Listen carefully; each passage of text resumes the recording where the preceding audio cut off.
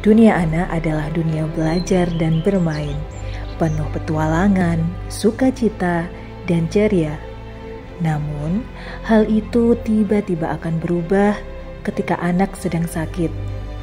Berapa banyak waktu yang akan hilang dan berapa banyak kesempatan yang akan terlewatkan saat mereka dalam masa perawatan. Apakah kita akan diam saja membiarkan mereka kehilangan momen-momen berharga mereka? Hospital literasi merupakan hal biasa yang berdampak luar biasa, dan di tempat inilah kami memulainya. Semua berawal dari ruang perawatan anak.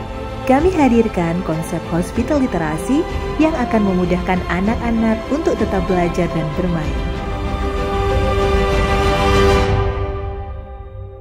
Hospital literasi ini apabila saya mencari di beberapa rumah sakit itu belum dikembangkan. Sebenarnya merupakan suatu ide kreatif di mana pola pikir yang seperti ini belum pernah didapatkan di rumah sakit yang lain, mungkin bisa dikembangkan di tempat kita. Pertama, kami berpikir bahwa anak-anak yang sakit di IRNA 4 ini seringkali kehilangan momentum dia untuk belajar, bermain. Hal itulah yang menjadikan dasar kami untuk mengembangkan hospital literasi. Sehingga ada beberapa metode yang kami kembangkan di dalam hospital literasi ini. Yang pertama adalah adanya perpustakaan keliling jagoan baca. Perpustakaan keliling jagoan baca ini akan diedarkan oleh para dokter yang bertugas di divisi tumbuh kembang setiap Selasa dan Jumat.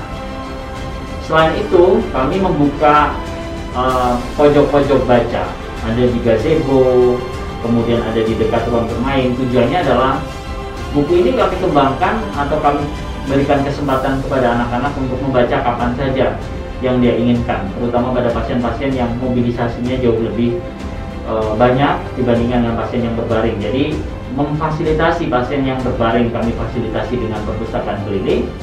Kemudian untuk yang masih bisa mobilisasi, misalnya terapi si anak ini menjalankan terapi kemo dan lain sebagainya, masih bisa bermain dengan mengambil buku-buku tersebut. Hal yang kami inginkan adalah rumah sakit peduli baca pertamanya konsepnya. Tapi setelah ngobrol kembali dengan pimpinan kami kepala instalasi IRNA 4, konsep ini akan menjadi konsep jangka panjang berupa mungkin sekolah di dalam rumah sakit. Jadi hospital literasi mempunyai target besar, target yang amat sangat mulia suatu saat nanti adalah anak-anak yang sakit tidak lagi terbatas geraknya hanya pada satu titik di sini.